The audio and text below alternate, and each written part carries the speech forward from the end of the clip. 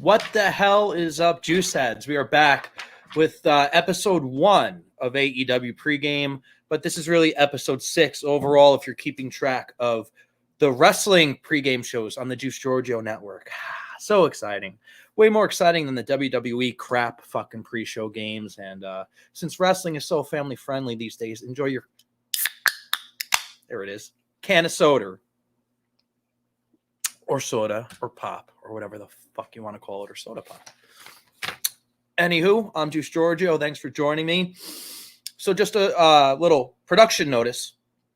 I started doing these things. The concept was obviously pregame. You come on, meaning me, at 7:15, 7:30. If there's an 8 o'clock show. Tonight I'm going live a little bit early because I'm going to Tampa tomorrow morning. So I want to kind of get things done to prepare for that. But I am back with obviously some good news and some bad news. And last week I did the opposite of what you're supposed to do. I started off with the good news. This week I am going to start off with the bad news, but we're going to go quick through it. The bad news being obviously WWE Raw. What did you expect it to be good? And the good news is that there's indie feds out there. Something I forgot in the 2 years I really kind of stopped watching. Like I became a casual watcher, but mostly a podcast listener. Shout out to DTKC. Shout out to Wrestling Soup. Shout out to Solo Monster. Shout out to Hannibal, who out of everybody, I'm leaning more and more with what he's got to say. This guy didn't even watch WrestleMania, and he said, God bless you if you did. And I couldn't agree anymore. So God bless myself. Look. The matches were great. Even the women's tag matches were not that bad. It's not about the in-ring competition. The in-ring competition in the WWE has been as good as it's ever been. And the talent, as far as working inside the squared circle in a 20x20, has been good as it's ever been. The problem is everything that happens in between those matches. That's the fucking problem. And also the way that they cover those matches visually. That's the fucking problem. And what you hear from the commentators during those matches, that's the fucking problem.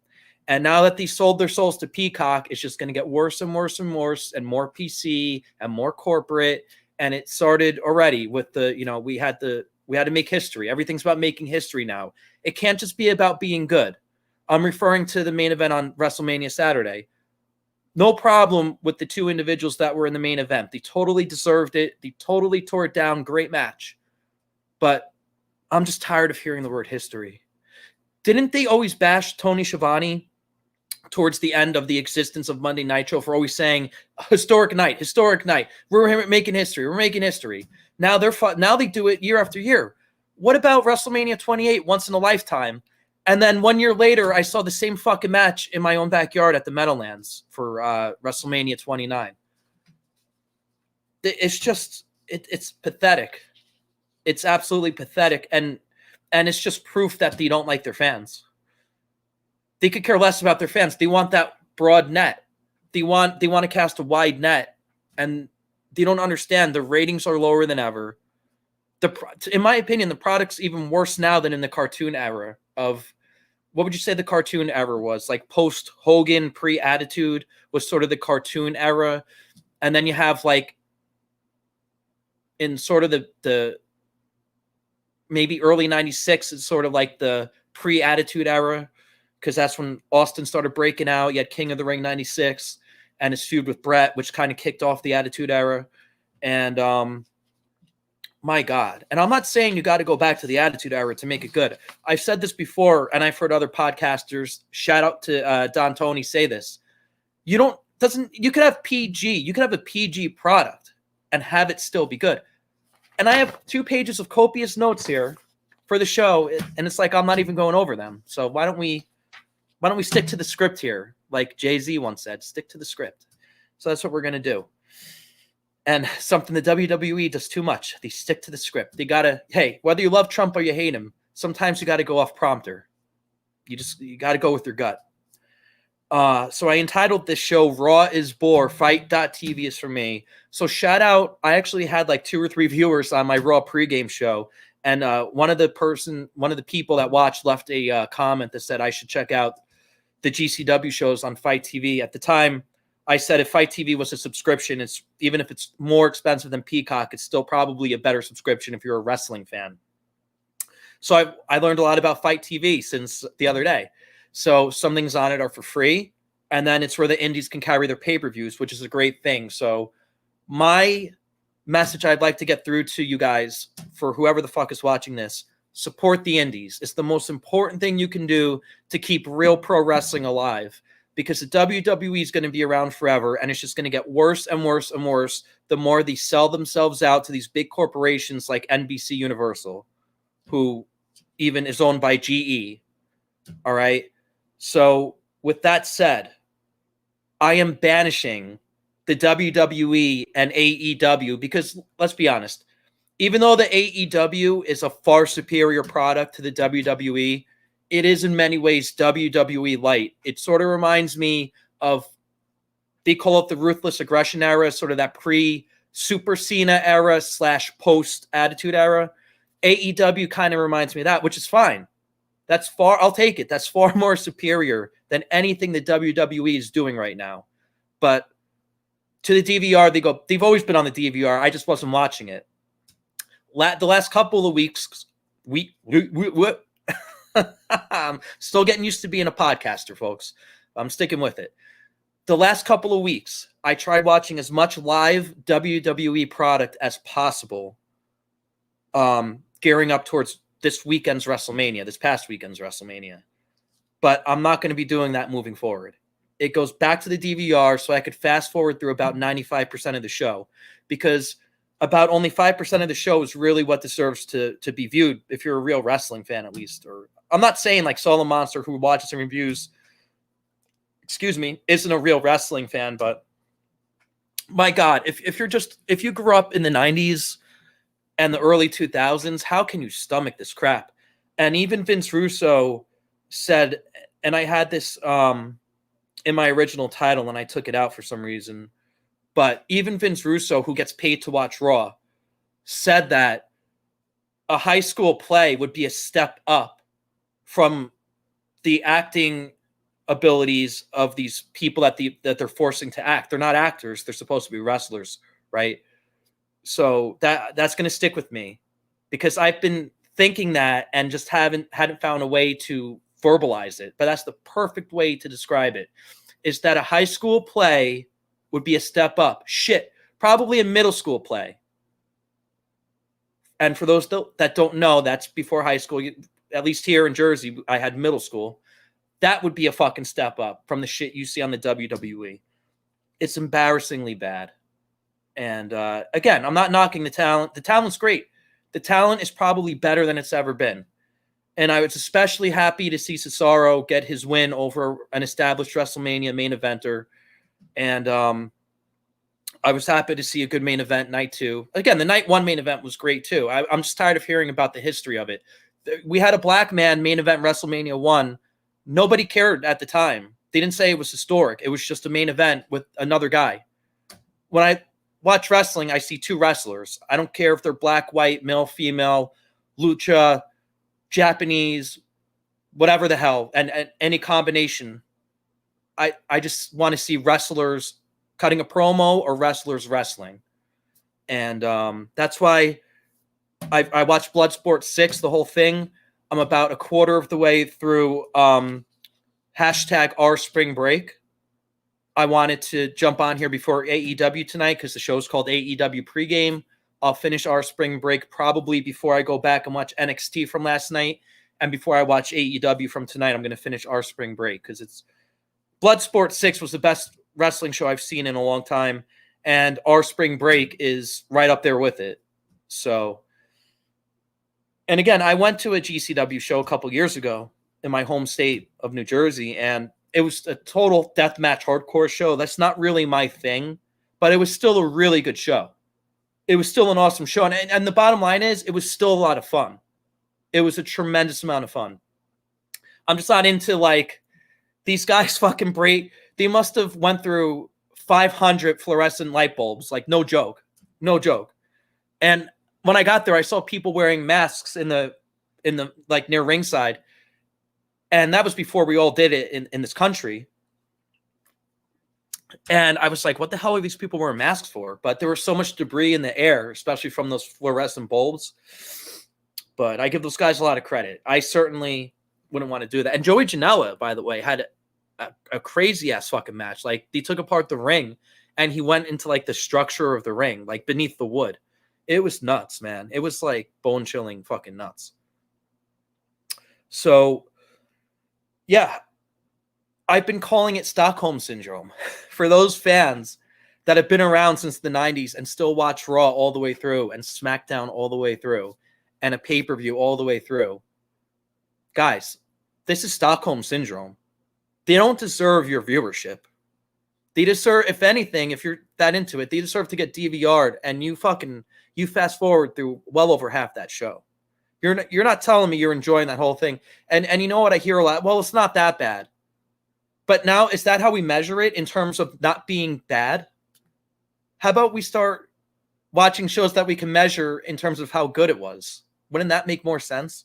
So support the indies is my message here. And speaking of when the WWE took a turn for the worse, I've been trying to pinpoint it now, because now that I'm doing these shows, I've been really thinking about it.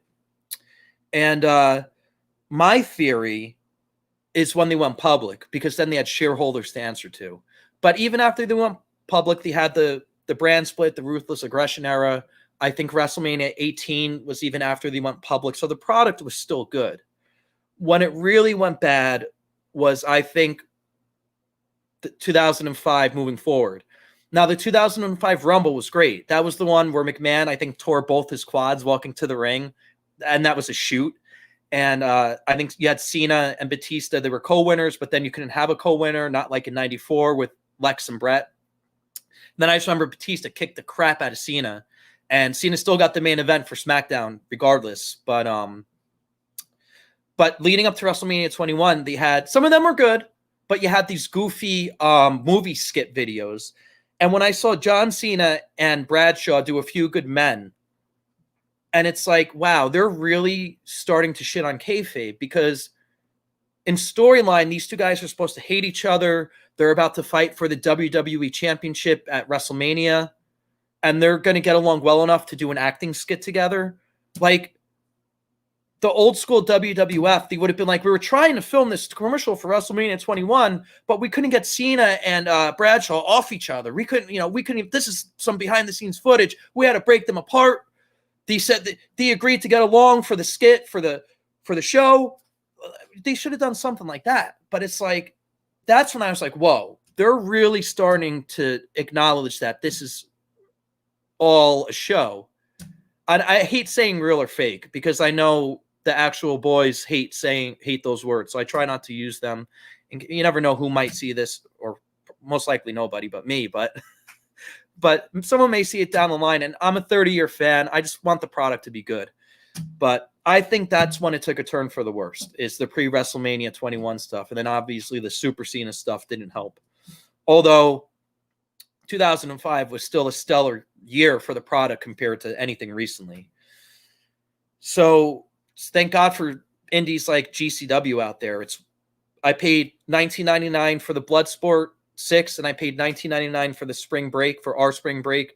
Well worth it. And it felt like something. Remember, I was talking about how when you only pay $250 for WrestleMania, it devaluizes the product. When you broadcast NXT TakeOver, or even just NXT in general on cable TV, it devalues the product. I'm already paying for this. Now you're going to give it away for free?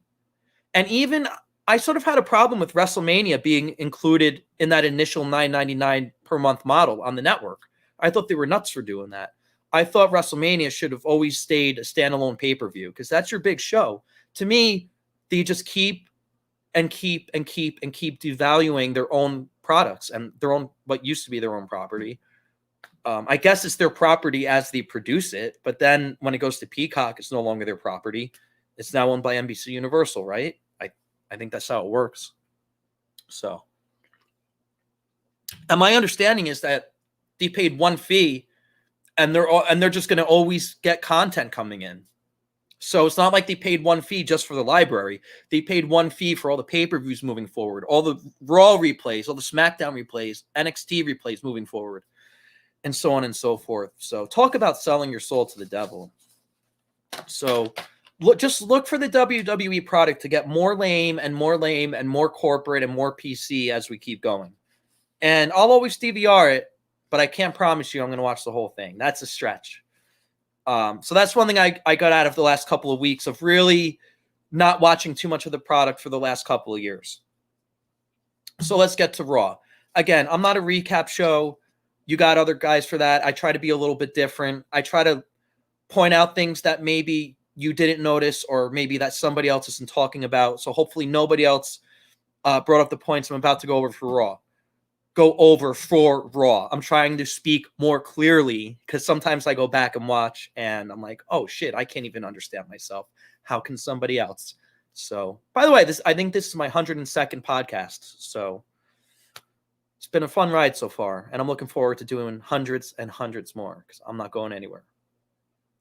So the first thing I noticed about Raw, of the people that lost on WrestleMania weekend and you saw them on Raw, it really didn't seem like you cared all that much about the loss, especially Miz and Bray. And I love the Miz and I love what Bray's doing. I know Bray's very constrained to the writers and everything, and Miz probably gets a little more freedom because he's been around for 13 or so years and he knows how to use the mic and he's all well-rounded. He can work, he can talk, he can pretty much do anything they need him to do. And I know that it wasn't under his direction, but it just didn't seem like he gave a fuck that he was embarrassed by this outsider celebrity that came in. I don't know what Bam Bam's reaction was the Raw after Mania to losing the LT, but I could assure you he did not ignore it. I don't even know if you could go back far enough on Peacock to find it at this point because they're probably spending all their time scrubbing shit off the Attitude Era stuff. So that's not good. Drew McIntyre. I'm proud of him. I'm happy for him. I'm happy with all he's achieved in his resurgence since he came back to the company. But since when do you get a rematch for the belt for losing the championship match? First of all, I think it's stupid that if the champion loses the belt, they get a rematch. I think that's the dumbest thing ever. You fall right to the bottom of the line behind everybody else. Win or lose whether you're the champion or the challenger.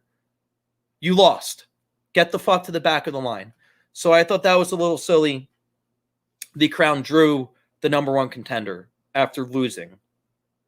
Give Orton a shot. Give Braun a shot. Give Braun a shot. They both won. All right? They both won their matches at WrestleMania. That match should have been Braun versus Orton, in my opinion. Now I see they renamed the pay-per-view after WrestleMania to WrestleMania Backlash because the fans apparently are too stupid to realize that for the past how many years, 10, 15 years, the pay-per-view after WrestleMania has been called Backlash. But we had no idea the word backlash had anything to do with repercussions from WrestleMania. Who the fuck could figure that out on their own? Let's put WrestleMania in front of the word backlash. I mean, how silly is that? And speaking of silly, where the fuck was Jeff Hardy last night on Raw or even on the WrestleMania card? You're telling me we had all those women's tag teams on WrestleMania. You had Edge in a main event match. You have Matt Hardy and Christian prominently featured on AEW, and you couldn't even get Jeff Hardy on a 2-night show. And to my recollection, I don't think he was on Raw last night. And even if he was injured, you could have still, you got Bayley in there without a match. You could have still profiled him somehow. So I'm again, I understand Jeff's probably just collecting a paycheck at this point and be happy and doing so very happily. But as a fan, I just think it's a little hypocritical. You're going to give Edge a main event and you can't even put Jeff Hardy on the card after all the things that those two guys have done for the company when the company was at its apex. I just think that's silly. Now, I was watching a Vince Russo shoot interview just yesterday, and somebody asked, it was a live interview on the Hannibal TV. Go check it out if you're not familiar. Awesome channel. Probably the best pro wrestling channel on YouTube. And he was asked, who do you think is in the doghouse? Because you get paid to watch Raw and also. And he goes, bro, without a doubt.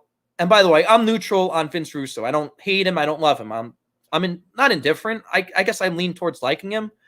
But, believe, what is it? Half of what you see and none of what you hear. Or I probably said that in the wrong order. Believe none of what you hear and half of what you see. I never heard anything from backstage during the Attitude Era, but I saw the Attitude Era, and I know he had something to do with it. So he's got to know a thing or two.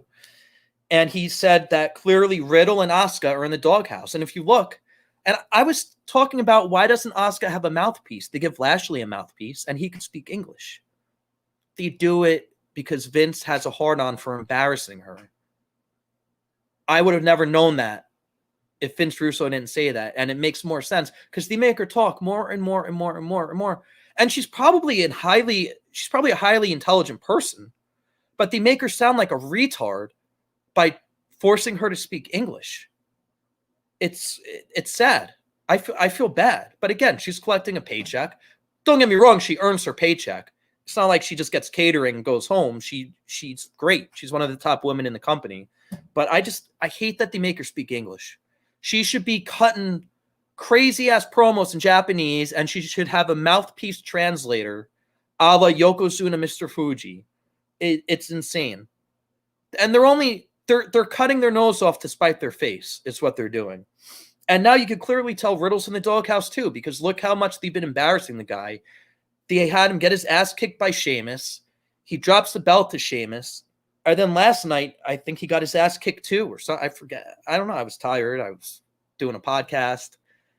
But Raw doesn't really deserve my full attention. But from what I saw, it was stupid. Whatever they're doing with him. But again, they're only spiting themselves.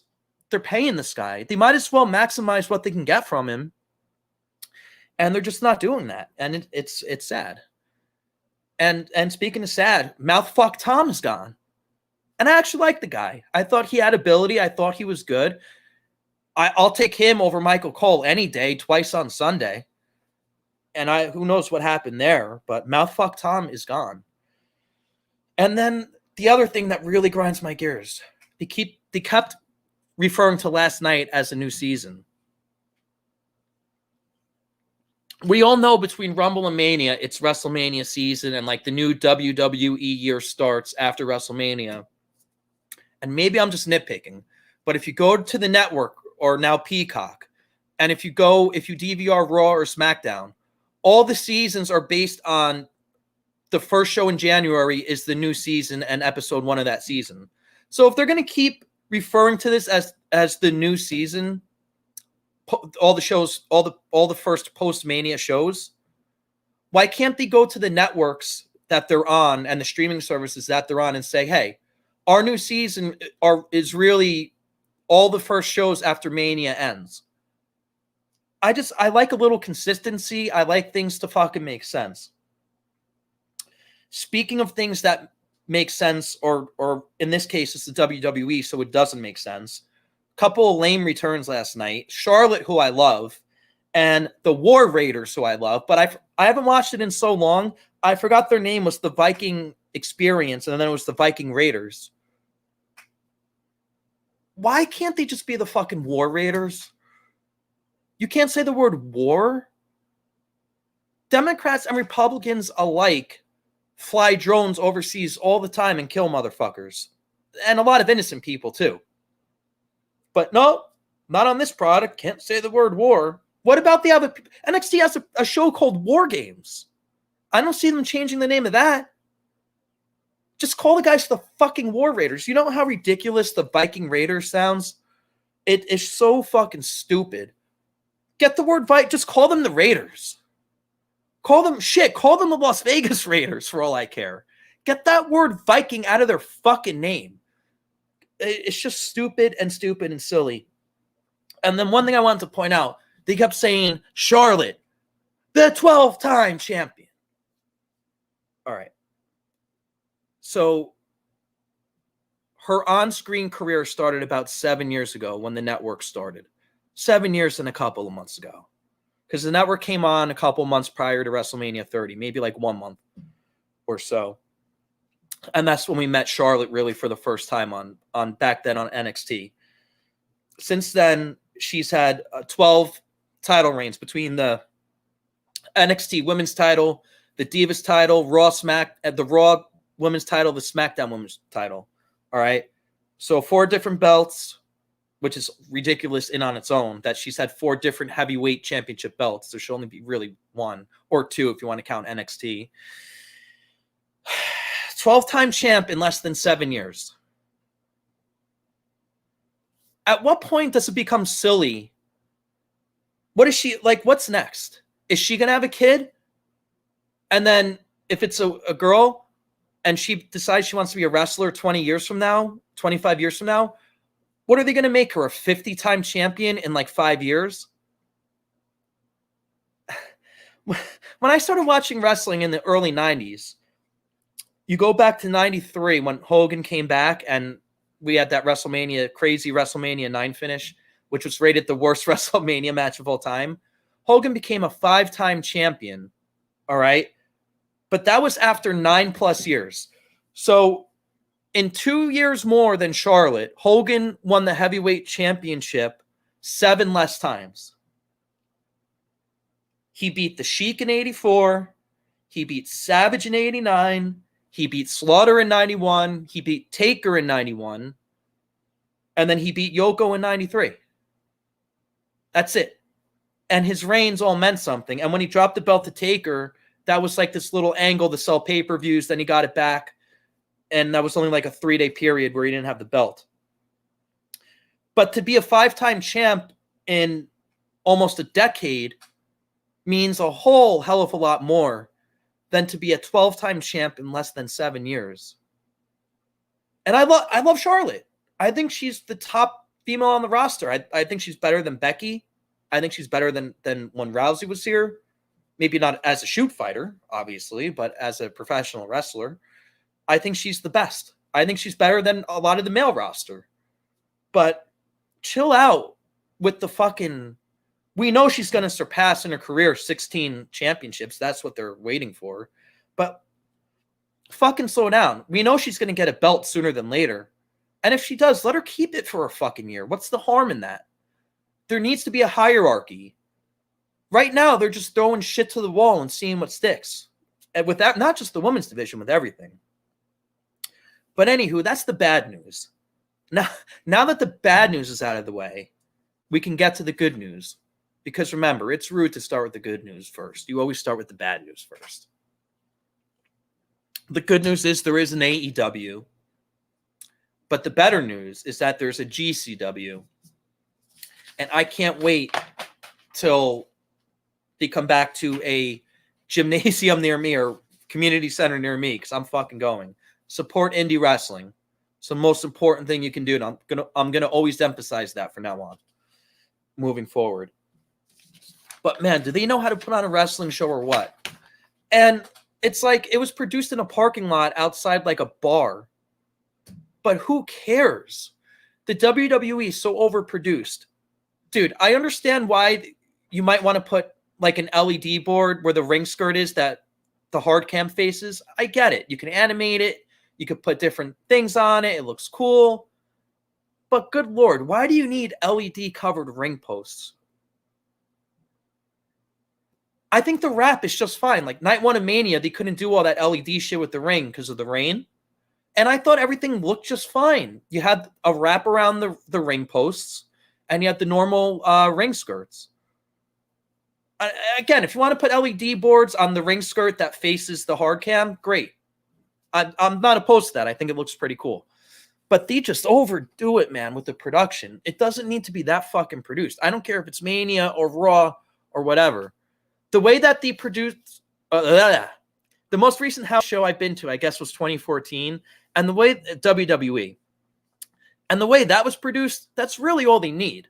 Like the current day house show productions are close to what Monday Night Raw used to look like in the mid-90s. That's all you need. All right? I understand you can do cool things, but you don't have to do cool things just because you can do cool things. It's okay. It's okay to simple it down a little bit. Less is more. Somebody needs to remind Vince, less is more. All right? But Bloodsport 6, what a great concept. I'm going to have to go back and watch the other ones where you're having them fight shoot style. It's all a work, but they make you forget it's a work. And before I really looked into what Bloodsport has been traditionally, because there's been obviously 5 other ones, I didn't know if I was watching a work or a shoot. Isn't that what you want when you're watching wrestling?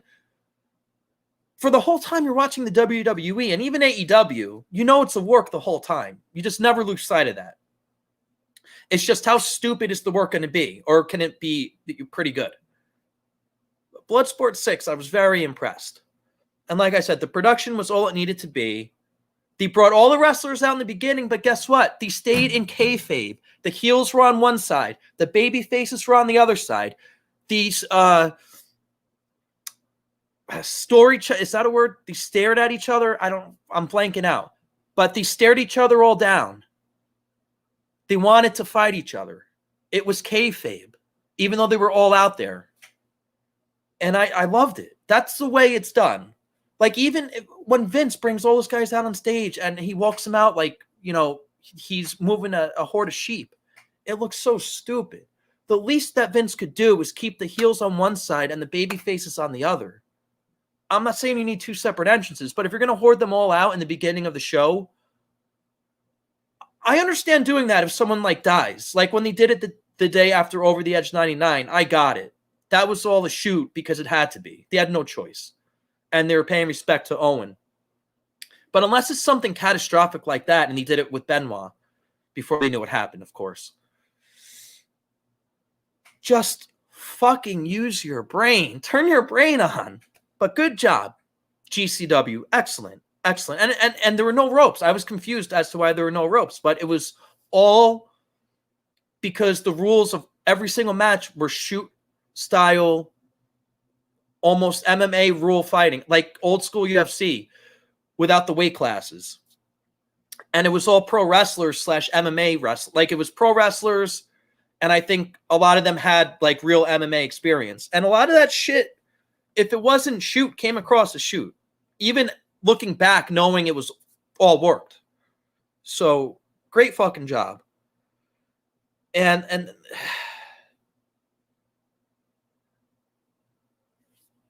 best $20 I've spent on wrestling in a long time. I was trying to look for the next thing to say. But yeah, best $20 I've spent. Go to fight.tv, watch that show. Great fucking show. And I'm not affiliated with them in any way. I'm saying that $19.99 was better spent than the $250 I spent on Peacock for Mania. And John Moxley fucking main evented it. That guy was there because he wanted to be there. We know he doesn't need the money. The guy made money hand over fist for like 7 years with the WWE. But that was a hell of a fight with him and Josh Barnett, who's a shoot fighter. He wrestles too. I think now he just mainly wrestles, but so entertaining. And I have even more notes for our spring break, which I guess was a couple nights after. It's like a 4-hour event. I'm only about an hour and a half the way through, but just some observations I took from it. And this has a lot in common with Bloodsport. It took place in the same venue, if you want to call it that, or parking lot or whatever. But I just loved the production. It was simple. They had the right amount of cameras. They cut the cameras at the right time. And half the time, I forgot that they were even in a parking lot. The only time I remembered they were in a parking lot was when the wrestlers came to the ring and they panned like the whole venue. So what was I talking about before about falling into the product and kind of getting lost in it and forgetting that I'm watching something and feeling like I'm a part of it? They managed to do that somehow. And this is fucking GCW, who, 5% of the WWE audience even ever heard of them? That's a sin. I really hope that they get more commercials in during WWE time because they need to get the word out to wrestling fans. But who knows? Because there might be a difference now between WWE fans and wrestling fans. That could very well be 2 different things at this point because the WWE is so far gone down that road that you've gone down. And at this point, especially with the Peacock deal, they're just going to keep going in whatever morbid direction they're going in, because they're only hurting themselves, as far as I'm concerned as a fan. And I am concerned. The commentators were even funny, man. The commentators were entertaining. There was an intergender match, and at one point, one of the commentators was like, if it were me, I would have kicked him in the sack. It fucking made me laugh. It was fucking great. It was great. And the tag teams looked like tag teams. I saw so far, I think, 2 tag matches. One was a 4-man tag traditional match. The other was a 6-man tag match. And all the tag teams looked like these cohesive guys that formed a unity. They wore similar gear. They had moves worked out to do together. They had complementary moves. They had tag in, tag out moves. It was cohesive. It wasn't just slapping guys together and tell them figure it out. I was very, very impressed by this. And again, you don't come here for results.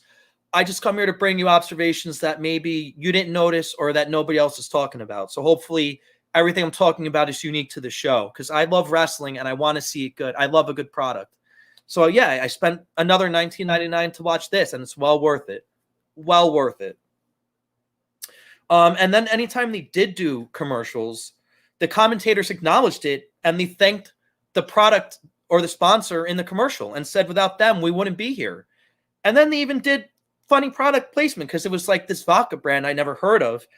And they were like, yeah, take this to the Dome. And like, they were just saying all this funny shit with the vodka. The one guy was like, yeah, I'm staying hydrated, but not with water, with this fancy whatever vodka it was. I honestly never heard of the vodka.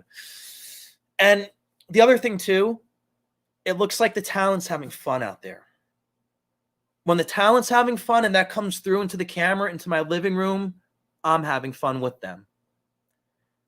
And I can tell you, it looks like a lot of these guys don't even want to go to the WWE if they had the opportunity. It's hard to turn down because that's the place to go, but there's alternatives now to make money. You can go to Japan, which really was always there, but you can also go to AEW. Now, even though, like I said, AEW has become the new WWE light, I'd still rather be in AEW than in the WWE, without a doubt.